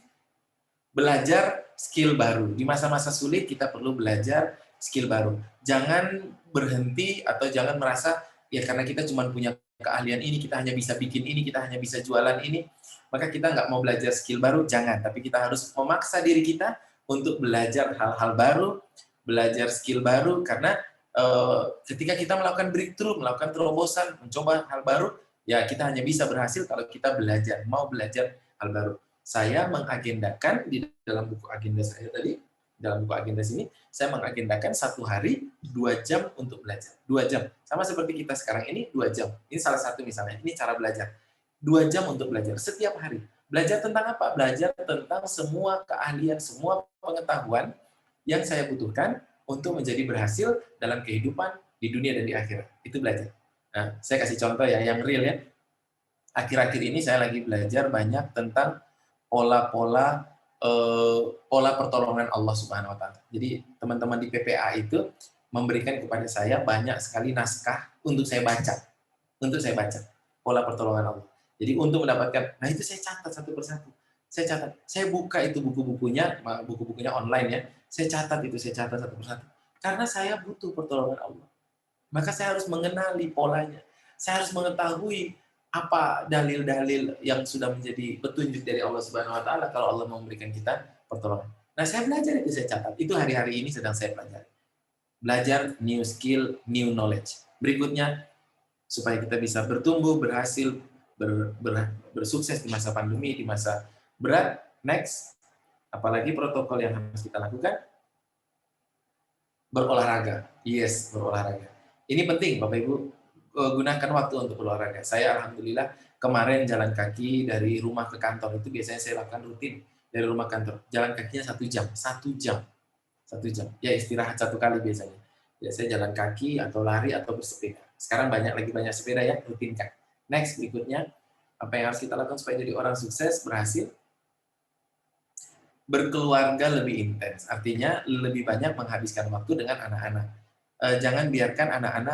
Jangan biarkan gadget menggantikan peran orang tua, ya. Jangan biarkan anak-anak lebih nyaman dengan gadget daripada dengan kita. Tapi berikan waktu khusus buat mereka. Jadi diatur. Waktunya untuk main gadget, waktunya untuk pegang HP adalah dari jam sekian sampai sekian. Jangan dilarang sama sekali karena itu nggak mungkin bisa dihandle, kemajuan teknologi itu nggak mungkin bisa. Tapi diatur, di-manage, ya. Berikan prinsip-prinsip bagaimana menggunakan gadget. Ajarkan tentang cara-cara menggunakan gadget. Ajarkan. Jangan lost sama sekali, jangan juga ngelarang sama sekali. Kalau ngelarang sama sekali, kasihan anaknya, dia tidak bisa bersosialisasi nanti. Tapi kalau di lost sama sekali, dia juga akan tidak bisa berinteraksi dengan orang lain. Next, berikutnya. Berpikir besar. Nah, ini berpikir besar. Bahwa kita akan menjadi orang yang lebih hebat. Menantang untuk berpikir lebih besar, bermimpi lebih besar. Jadi memiliki impian lebih besar. Next, saya tidak bahas secara detail, biar nanti kita tanya jawab. Dan yang terakhir, berani mengambil keputusan. Di masa-masa pandemi, di masa-masa berat ini, kita harus berani mengambil keputusan, melakukan hal-hal baru. Orang-orang yang saya melihat, saya bertemu dengan banyak orang yang putus asa dengan kehidupannya. Tidak puas dengan kehidupannya. Tapi mereka juga tidak berani mengambil keputusan. Maka tidak move on. Maka Bapak Ibu, ambil keputusan. Salah nggak apa-apa. Yang penting kita bisa memperbaiki. Salah nggak apa-apa. Salah itu bukan dosa ya. Salah itu nggak apa-apa. Salah itu misalnya kita ngambil keputusan. Oke, aku mau jualan ini, itu ngambil keputusan. Oke, aku investasi di situ, itu ngambil keputusan. Salah nggak apa-apa. Kita akan belajar. Kita akan memperbaiki. Tapi kalau kita maunya selalu benar, maka kita nggak akan pernah bisa mengambil keputusan. Cepat ambil keputusan. Tips dari saya, setiap hari Bapak Ibu, ambil 3 keputusan. Setiap hari ambil 3 keputusan. Yang bisa membuat hidup kita bertumbuh. Orang-orang yang hidupnya begini-begini saja, begitu-begitu terus, karena dia tidak mengambil keputusan yang bisa membuat hidupnya bertumbuh. Maka setiap hari duduk di depan komputer atau di meja belajar atau di meja kerja, ambil 3 keputusan. Ya Allah, keputusan apa yang harus saya ambil hari ini? Next, terakhir, apakah masih ada? Oh, sudah selesai. Back. Oke, sudah selesai. Oke, Bapak Ibu semuanya, itu adalah protokol yang kita lakukan supaya kita bisa menjadi orang yang berhasil, terutama di masa-masa berat, terutama di masa-masa sulit, terutama di masa-masa pandemi seperti ini. Kalau Bapak Ibu mungkin ada yang ingin bertanya, kita diskusi. Ibu-ibu semuanya, mudah-mudahan apa yang saya sampaikan bisa menjadikan insight atau wawasan baru bagi kita semuanya, dan kemudian bisa menjadi semangat untuk kita merubah kehidupan kita menjadi lebih baik. Wallahu a'lam bishawab. Assalamualaikum warahmatullahi wabarakatuh. Saya kembalikan kepada moderator, Ya. Bu Sofi. Ya, Waalaikumsalam warahmatullahi wabarakatuh. Alhamdulillah pemaparan materi sudah kita simak dan kita dengarkan luar biasa. Menarik ya ibu-ibu, sangat jelas dan harus ada banyak sebetulnya hal-hal yang bisa kita ambil dari pertemuan hari ini. Ternyata laki-laki dan perempuan punya potensi yang sama untuk sukses gitu ya. Bahkan tadi kalau saya tangkap bisa jadi mindset kita yang harus kita rubah. Jangan pernah punya penyakit di dalam jiwa kita itu adalah pesimis, tetapi bangunlah mindset kita, cara berpikir kita adalah dengan penuh keyakinan tadi, insya Allah ya. Pasti sebetulnya banyakkah di kepala kita apa yang harus kita lakukan. Tadi protokol kesuksesannya luar biasa sudah disampaikan oleh Coach. Nah sekarang bagi ibu-ibu yang ingin bertanya, tadi sudah ada di chat ya. Hapunten, mohon maaf kita batasi untuk 3 orang penanya saja mengingat waktu sudah menunjukkan 11.12 ya. Tidak terasa waktu sudah di penghujung acara, jadi punten dibatasi, mohon maaf dibatasi waktunya. Silakan tadi yang sudah menuliskan di chat. Yang pertama adalah Teh Mintarti atau Ibu Mintarti dari Cimahi Selatan. Silakan dibuka mikrofonnya dan ajukan pertanyaannya kepada Coach. Ini teknisnya mau dijawab langsung atau ditampung dulu? Dijawab langsung boleh. Oke, silakan dengan Ibu Mintarti dari Cimahi Selatan, pertanyaannya. Bismillahirrahmanirrahim. Assalamualaikum warahmatullahi wabarakatuh, Coach. Izin bertanya. Saya kayaknya masih kurang pede untuk keluar dari zona nyaman ya. Suami. Halo Ibu, suaranya menghilang Bu. Boleh diulangi? Ya, Zoom-nya udah muter lagi. Oh iya. Ya. Izin bertanya, Coach. Gimana caranya agar kita bisa keluar dari zona nyaman? Suami kan sebenarnya mengajak kita untuk berbisnis ya. Cuman sayanya yang masih kurang pede gitu. Masih takut bangkrut. Walaupun selama ini untuk kebutuhan, alhamdulillah kita masih bisa lah bersedekah. Terus yang langkah-langkah itu insya Halo Ibu Mintarti. itu hilang-hilang aja Bu Zoom-nya. Signalnya mungkin ya. Iya kayaknya sinyalnya. Saya cari dulu. Intinya saja Ibu, pertanyaannya apa? Gimana kita biar bisa keluar dari zona nyaman gitu.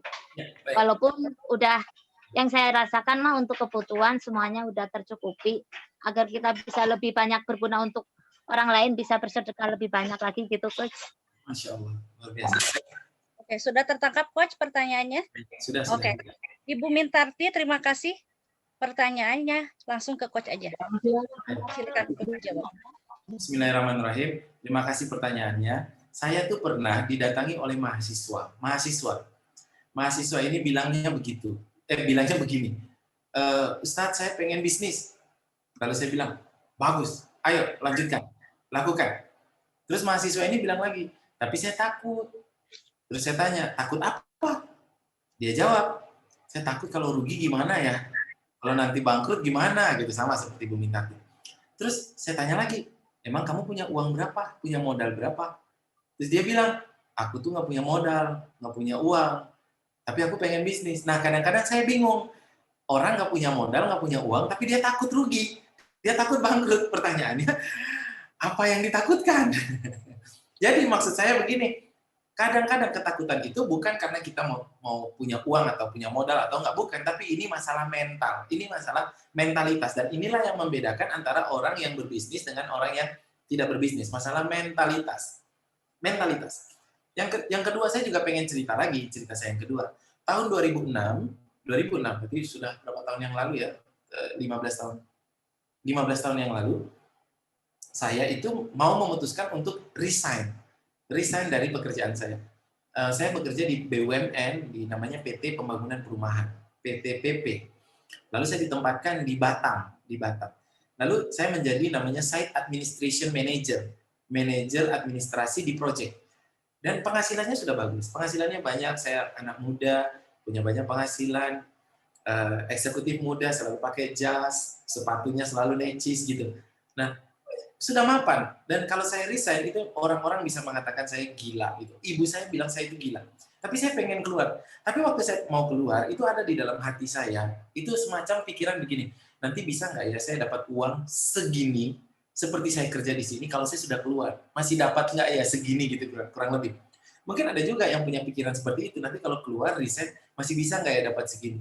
Saya juga, itu manusiawi. Lalu saya cerita sama teman saya, dia juga manajer teknik, saya bilang, Bang, saya itu pengen keluar, tapi saya takut nanti kalau udah keluar, saya masih bisa dapat uang segini nggak ya seperti gaji kita. Lalu tiba-tiba, itu kita lagi sahur pagi-pagi, tiba-tiba teman saya itu langsung kepala saya didorong sama dia. Dia bilang, syirik lo. Terus saya bilang, Bang, saya itu pengen keluar dari pekerjaan, bukan keluar dari agama. Kenapa saya dibilang syirik?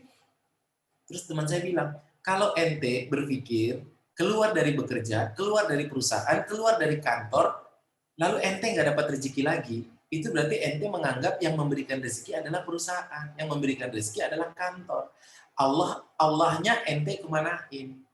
Yang ngasih ente rezeki itu Allah. Ente mau kerja dimanapun, mau dimanapun, mau di kantor apapun, atau nggak pakai kantor sekalipun, itu semua rezeki yang sudah tertera di Lauhul Mahfuz itu pasti sampai sebelum ente meninggal. Semua sampai.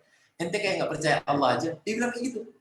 Jadi dia bilang intinya yang ngasih rezeki itu bukan kantor, yang ngasih rezeki itu bukan perusahaan, yang ngasih rezeki itu Allah. Ente yakin nggak? Ini bukan soal hitung-hitungan. Jadi ini soal keyakinan. Jadi takut rugi, takut bangkrut, takut hilang. Ini bukan soal hitung-hitungan sebenarnya, tapi soal keyakinan. Kita punya keyakinan, kita punya mengincludekan Allah atau tidak. Kita yakin nggak Allah pasti memberikan rezeki? Kita yakin nggak Allah menghidupkan? Kita yakin nggak kalau kita kerjanya benar, kita memenuhi syarat-syarat sukses, pasti Allah akan memberikan kesuksesan kepada kita. Yakin nggak dengan itu?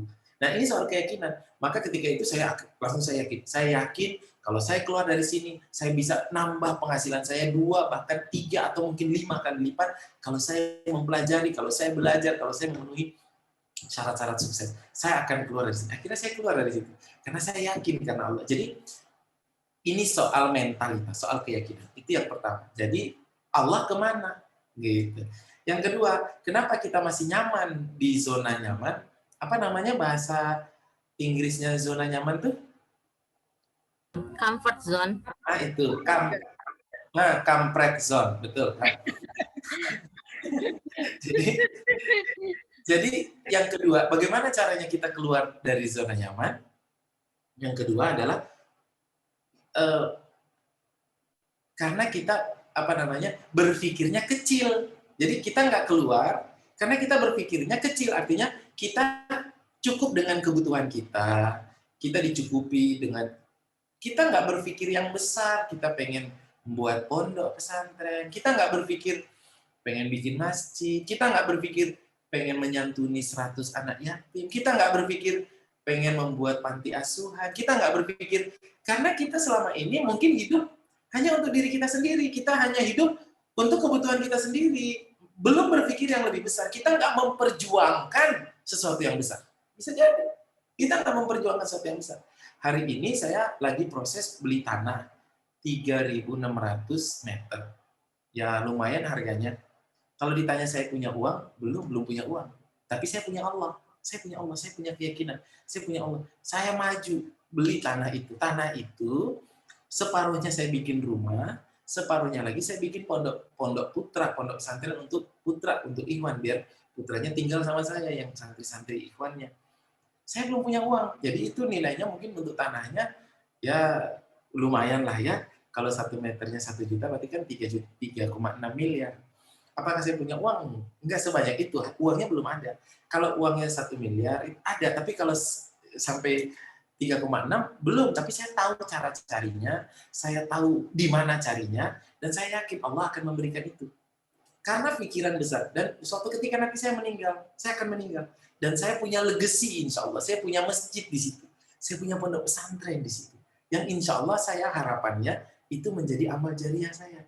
Ketika nanti saya sudah di akhirat, ada pahala yang terus-menerus mengalir. Membuat saya bisa selamat di akhirat. Nah Bapak Ibu semuanya, mungkin kita di zona nyaman karena kita berpikir, ya udahlah kebutuhan saya sudah ada, ngapain kan gitu. Nah, itu bisa jadi yang membuat kita masih ada di zona nyaman. Dan bagaimana caranya supaya kita bisa keluar dari zona nyaman? 1, ubah fokus. Ubah fokus. Supaya kita bisa keluar dari zona nyaman, caranya ubah fokus. Ubah fokus dari ngelihat yang buruk-buruknya, misalnya nanti kalau bisnis bangkrut, nah itu karena yang dilihat adalah hal-hal negatif. Nanti kalau bisnis rugi, itu karena yang dilihat hal negatif. Coba deh yang dilihat adalah hal-hal yang positif. Kalau bisnis nanti kaya, nanti kalau banyak uang gimana? Nanti kalau bisa punya mobil bagus gimana? Coba yang dilihat hal-hal negatif. Kalau kita ngelihat coba yang dilihat hal positif. Kalau kita ngelihat hal negatif, maka emosi yang muncul di dalam diri kita adalah emosi takut, emosi ragu. Kalau kita ngelihat hal positif, nanti kita akan punya banyak uang, nanti kita akan punya banyak amal soleh, nanti kita bisa bikin masjid, nanti kita bisa punya mobil terbaik, nanti anak-anak bisa mendapatkan pendidikan terbaik, nanti kita bisa keluarga, bisa jalan-jalan umroh, nanti kita bisa. Kalau kita lihat hal positif, maka emosinya yang muncul adalah keberanian. Jadi kenapa takut? Karena yang dilihat adalah negatif. Kalau mau berani gimana? Coba ubah fokus, lihatnya jangan yang negatif, lihatnya yang positif. Wah, saya pengen dapat itu. Coba kalau kita, bahkan bila perlu dituliskan, ditempel di dinding, pengen ini, pengen itu, pengen ini, pengen itu, pengen ini, minta ya Allah pengen ini semuanya, tunjukkan caranya, pengen ini, itu. Nah, maka jangan lihat fokus kepada yang negatif, tapi fokuslah kepada yang positif. Maka Ibu Minarti tadi, ubah fokus, jangan bilang nanti kalau bangkrut gimana, jangan. Nanti kalau kaya raya gimana? Nanti kalau banyak sedekah gimana? Nanti kalau punya banyak masjid gimana? Coba lihat. Dirubah fokusnya, ya. Oke, mungkin itu jawaban saya. Masya Allah ya, kembali ke tadi keyakinan, kemudian mental yang kuat, kemudian ubah yang negatif menjadi positif. Luar biasa. Selanjutnya, pertanyaan yang akan diajukan dari Teh Enden, dari Cimahi Utara. Dipersilakan Teh untuk membuka mikrofonnya. Ya, sudah. Ya, bismillahirrahmanirrahim. Terima kasih kesempatannya. Ustaz, luar biasa pencerahannya. Yang ingin saya tanyakan, saya berkali-kali mencoba untuk berbisnis ya Ustaz, tetapi ketika saya canangkan untuk serius gitu ya, sampai ikut pelatihan yang menurut saya itu mengorbankan banyak gitu ya, dan saya akan serius, tetapi selalu ada saja hambatannya, maksudnya Allah itu seolah-olah, jadi saya berpikiran kayaknya Allah tidak menghendaki saya jadi pembisnis gitu ya, karena ada aja amanah baru yang selalu kata saya harus fokus di situ gitu, yang akhirnya bisnis saya jadi tidak bisa fokus gitu. Jadi saya berpikir mungkin saya tidak cocok jadi pebisnis, akhirnya jadi fokus di yang lain gitu. Itu, dan berkali-kali juga membuat agenda, akhirnya karena punya anak kecil gitu ya, yang ini jadi akhirnya banyak agenda yang tidak sesuai dengan yang kita tulis, dan akhirnya kita jadi udahlah ngapain bikin agenda, akhirnya toh sempurna gitu istilahnya Ustaz. Jadi mohon maaf itu saja yang ingin saya tanyakan. Terima kasih sebelumnya. Iya, baik. Terima kasih. Ya, silakan Coach. Iya. Begini. Ini mungkin agak panjang ya. Setiap pahlawan, setiap orang sukses, setiap orang-orang besar, mereka akan melalui 5 fase dalam kehidupan. 5 fase. 5 fase dalam kehidupan. 5 fase. Semua pahlawan itu melalui 5 fase. Fase pertama namanya fase innocent. Innocent itu adalah fase di mana dia menjadi pahlawan, yang orang besar yang kita kenal sebagai pahlawan, yang orang sukses yang kita kenal sebagai orang berhasil itu, dulunya adalah innocent. Innocent itu artinya orang biasa. Orang yang nggak punya tujuan besar. Orang yang nggak punya amanah besar. Orang biasa. Semua manusia yang hari ini sukses, dulunya adalah orang biasa. Kalau kita contoh misalnya Nabi Muhammad. Nabi Muhammad itu juga dulu orang biasa. Ketika dulu lahir, terus sampai usia 40 tahun, sampai usia 40 tahun, Nabi Muhammad orang biasa. Orang biasa di kalangan Quraisy. Orang biasa. Innocent. Dan innocent ini artinya orang yang hidup hanya cari makan untuk dirinya sendiri, hidup untuk kebutuhan dirinya dan keluarganya, itu aja. Tidak punya tujuan besar yang diperjuangkan, nggak punya. Itu innocent. Tahapan kedua, setiap pahlawan itu tahapan kedua namanya the calling. Mereka mendapatkan panggilan hidup, menemukan panggilan hidup, menemukan sesuatu yang harus mereka perjuangkan, menemukan sesuatu yang menjadikan hidup mereka bermakna, punya tujuan hidup, punya visi hidup yang besar. Di kehidupan Nabi Muhammad, the calling itu adalah ketika Nabi Muhammad mendapatkan wahyu. Usia 40 tahun di Gua Hiro, itu Nabi Muhammad mendapatkan wahyu, itu merubah Nabi Muhammad dari fase 1 orang biasa menjadi nabi. Dia punya tujuan hidup, dia punya visi, dan dia punya misi. Dia punya tugas yang harus dia lakukan. Dan ini tugas yang sangat besar. Tugas yang sangat besar. Dia punya the calling. Nah pertanyaannya, apakah kita sudah punya tujuan besar? Saya kasih contoh, saya punya tujuan dalam hidup saya. Saya harus bikin pondok pesantren. Di setiap kota besar di Indonesia harus ada satu pondok pesantren yang saya punya. Serta masjidnya.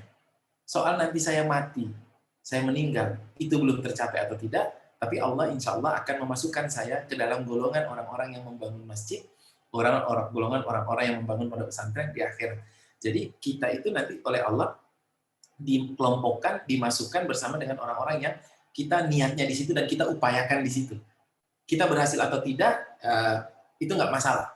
Itu ada hadis tentang ada 2 orang muslim berantem, berkelahi, saling membunuh, lalu Rasulullah mengatakan yang membunuh dan yang dibunuh masuk neraka. Lalu sahabat bertanya, kalau yang membunuh masuk neraka ya benar karena dia membunuh. Tapi kok yang terbunuh kok juga masuk neraka ya Rasulullah? Rasulullah mengatakan dia terbunuh, tapi kalau dia nggak terbunuh, dia akan membunuh. Dia punya niat dan dia mengupayakan itu, maka dia dimasukkan neraka sesuai dengan niatnya. Nah, jadi kita mau niat nih bangun masjid. Kita berusaha membangun masjid. Kita mati, meninggal dunia, masjidnya belum jadi. Kita masuk ke dalam golongan orang yang bangun masjid. Nah, pertanyaannya kita punya the calling apa enggak? Nah, 87% manusia di dunia itu mati meninggal di fase 1, innocent, nggak punya tujuan hidup, nggak punya tujuan besar, nggak punya tujuan perbaikan peradaban, nggak punya tujuan dakwah, nggak punya tujuan membuat sesuatu, nggak punya. 87% orang meninggal sebagai orang biasa, pengikut, orang biasa. Level 2 tadi the calling, dia menemukan tujuan hidup. Apa yang akan dia lakukan, apa yang akan dia bangun, apa kontribusi yang akan menjadikan namanya tercatat lama gitu di dunia dan dia akan masuk surga karena itu. Nah, ketika kita sudah punya tujuan besar, kayak tadi aku pengen jadi pengusaha, aku pengen supaya ini, maka siap-siap masuk fase ketiga. Fase ketiga namanya storming. Storming artinya badai. Badai. Ketika kita punya niat baik, maka kita pasti diuji. Dalilnya surat Al-Ankabut ayat 2, ayat 3. Ahasiban nasu ayyutraku ayyakulu amanna. Jadi, apakah manusia itu mengira bahwa mereka tidak diuji ketika mereka mengatakan saya beriman? Jadi, ketika orang mengatakan aku mau sukses, aku mau berhasil, maka saat itulah dia akan siap-siap untuk diuji. Ketika aku mau jadi orang sabar, siap-siap dapat ujian. Aku mau jadi orang kuat, siap-siap dapat ujian. Aku mau jadi orang sukses, siap-siap dapat ujian. Yang nggak dapat ujian itu orang-orang biasa, yang nggak punya the calling. Semakin besar callingnya, semakin besar ujiannya. Ya Rasulullah hidup dulu sebagai orang biasa, sebelum jadi nabi, biasa. Ketika sudah jadi nabi, mulai menjalankan tugas kenabian, disitulah mulai dapat ujian. Mulai diasingkan, mulai disiksa sahabat-sahabatnya, mulai dibunuh, keluarga Yasir dan itu semua dibunuh. Yang sahabat pertama yang dibunuh ya, Bilal ditindih pakai batu, semuanya mereka diasingkan. Ini tahapan, siap nggak gitu? Kita memasuki tahap ketiga, the storming. Ini pasti terjadi, karena dalilnya begitu dalam Al-Quran, pasti diuji. Pasti diuji. Maka Bunda ini tadi lagi diuji, dan itu hal biasa. Itu hal biasa. Pertanyaannya, di dalam surat Al-Ankabut itu Allah bilang ujian itu diberikan kepada kita, kepada ibu, kepada saya untuk menguji apakah niat ibu tuh benar-benar dusta atau benar-benar gitu. Niatnya tujuannya itu memang benar atau dusta gitu dalam surat Al-Ankabut ayat ketiga. Jadi kita pasti diuji. Nah, kalau kita diuji, nanti kita akan masuk ke level keempat, namanya the forming. Forming artinya kita membentuk tim, membangun membangun tim, membangun punya teman-teman orang yang mendukung kita untuk sukses. Karena niat besar itu nggak mungkin bisa dikerjakan sendiri. Niat besar itu kita butuh mendelegasikan. Jadi ibu kalau dapat amanah, nggak mungkin semua amanah bisa dikerjakan sendiri. Harus membentuk tim, harus mendelegasikan. Ini kamu yang kerjakan ini. Lihat, Rasulullah itu ketika diuji di Mekah itu ujiannya begitu berat. Rasulullah itu minta tim, minta supaya didatangkan Allah orang yang bisa mendukung. Rasulullah minta kepada Allah, ya Allah berikanlah kepada saya satu di antara dua Umar. Umar bin Hisham atau Umar bin Khattab. Umar bin Hisham itu ya pamannya sendiri. Abu Lahab kan gitu ya. Atau Umar bin Khattab. Nah, ternyata Allah memilihkan Umar bin Khattab. Artinya Rasulullah butuh orang untuk didelegasikan. Artinya kalau Ibu Munden punya mimpi yang besar, tidak bisa sendirian itu semua dikerjakan. Maka bangunlah tim, harus ada delegasi, kamu ngerjakan ini, kerjakan ini. Kita punya tanggung jawab, tapi tidak semua tanggung jawab harus kita kerjakan sendiri. Tapi yang penting kita harus memastikan tanggung jawab itu berhasil. Buat ibu, ini terutama buat ibu-ibu, ibu rumah tangga, ini pendapat pribadi saya. Kalau ibu setuju boleh, kalau nggak setuju nggak apa-apa. Pendapat pribadi saya. Ibu-ibu itu, ibu rumah tangga itu, untuk pekerjaan-pekerjaan yang maaf tidak memberikan nilai tambah banyak, seperti maaf mencuci piring, mencuci baju, nyetrika, lebih baik didelegasikan kepada asisten khodimah. Jadi semua pekerjaan yang tidak memberikan nilai tambah kepada keluarga dan kepada peradaban, kepada umat, delegasikan. Pilihlah, waktu kita terbatas, pilihlah aktivitas-aktivitas yang memberikan nilai tambah yang besar, dampak yang besar. Seperti apa ya, setrika itu ya Allah itu menghabiskan waktu yang sangat banyak sekali. Delegasikan. Maka harus punya ibu rumah tangga adalah manajer rumah tangga. Manajer itu namanya manajer adalah pekerjaan yang memastikan pekerjaan selesai dengan bantuan orang lain. Artinya manajer itu dia memanage orang, tidak melakukan sendiri. Sedangkan ibu rumah tangga itu manajernya. Jadi mau yang melakukan adalah siapa, yang penting suaminya tahu beres gitu. Yang melakukan siapa, yang penting suaminya tahu beres. Yang penting rumah rapi, yang penting anak-anak apa bahasa Jawa bilang kopen itu ya di bersih gitu. Yang penting pakaiannya ada, yang penting. Nah, itu dipastikan itu. Nah, bayar orang, kita lebih baik kehilangan uang untuk bayar orang itu, tapi kita punya waktu untuk melakukan hal-hal yang besar. Hal-hal yang besar. Nah, harus didelegasikan. Kita nggak mungkin bisa melakukan semua pekerjaan, apalagi niat-niat besar sendirian. Itu nggak mungkin. Kalau kita punya niat besar, maka mulailah mencari orang yang bisa membantu kita mencapai impian kita. Kita delegasikan. Oke. Dan kalau kita sudah sampai tahap keempat, mencari orang-orang bagus, maka kita bisa sampai tahap kelima. Tahap kelima namanya celebration. Celebration artinya kita menang, kita berhasil, kita mencapai apa yang kita inginkan. Di zaman Nabi Muhammad, celebration ditandai dengan fase yang kelima ini, ditandai dengan peristiwa Fatu Mekah. Ya, Rasulullah menang, bisa menguasai kota Mekah. Fatu Mekah, akhirnya celebration. Nah, setelah Fatu Mekah, kemudian tugasnya Rasulullah selesai. Tugas kenabiannya selesai. Maka turunlah ayat yang menyatakan bahwa Rasulullah sudah selesai tugasnya.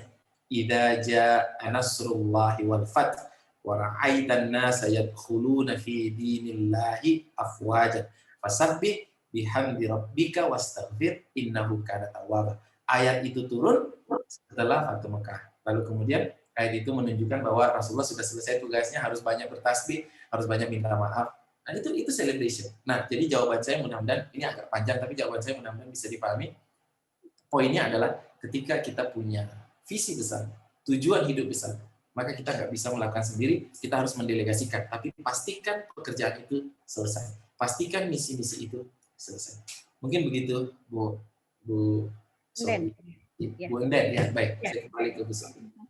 Ya, Masya Allah. Mari ibu-ibu kita saling menguatkan, saling mendoakan. Semoga kita bisa melewati proses panjang ini dari orang biasa menjadi orang luar biasa itu memang tidak mudah, tapi dengan keyakinan kepada Allah mudah-mudahan segala sesuatunya dipermudah ya.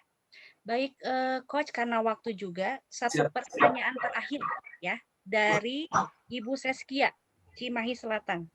Kepada Ibu Seskia dipersilahkan. Assalamualaikum warahmatullahi wabarakatuh. Terima kasih Coach atas ilmunya. Saya mau tanya, saya pernah pas pandemi ini tuh saya pernah bantu sedikit gitu ya teman karena usahanya tidak berjalan lagi.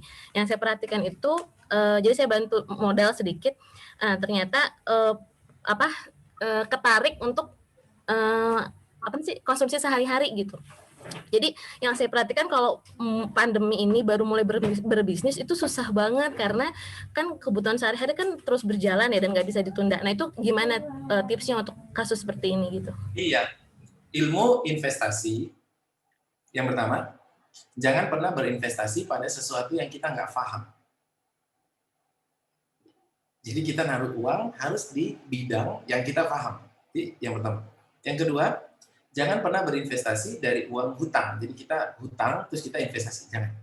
Yang ketiga, nah ini yang ketiga, jangan pernah berinvestasi pada pribadi karakter orang yang belum selesai, belum beres karakternya. Ya, diragukan kredibilitas. Yang ketiga, kita belum tahu keahlian. Dan yang keempat, jangan pernah berinvestasi pada bisnis yang belum menghasilkan keuntungan. Yang orangnya belum bisa jualan. Begini, investasi itu hanya kepada bisnis yang sudah untung, bisnis yang sudah bisa berjalan, bisnis yang dia punya banyak orderan, punya banyak permintaan, lalu untuk memenuhi permintaan itu dia nggak punya uang, dia harus menambah kapasitas, baru kita boleh investasi di situ.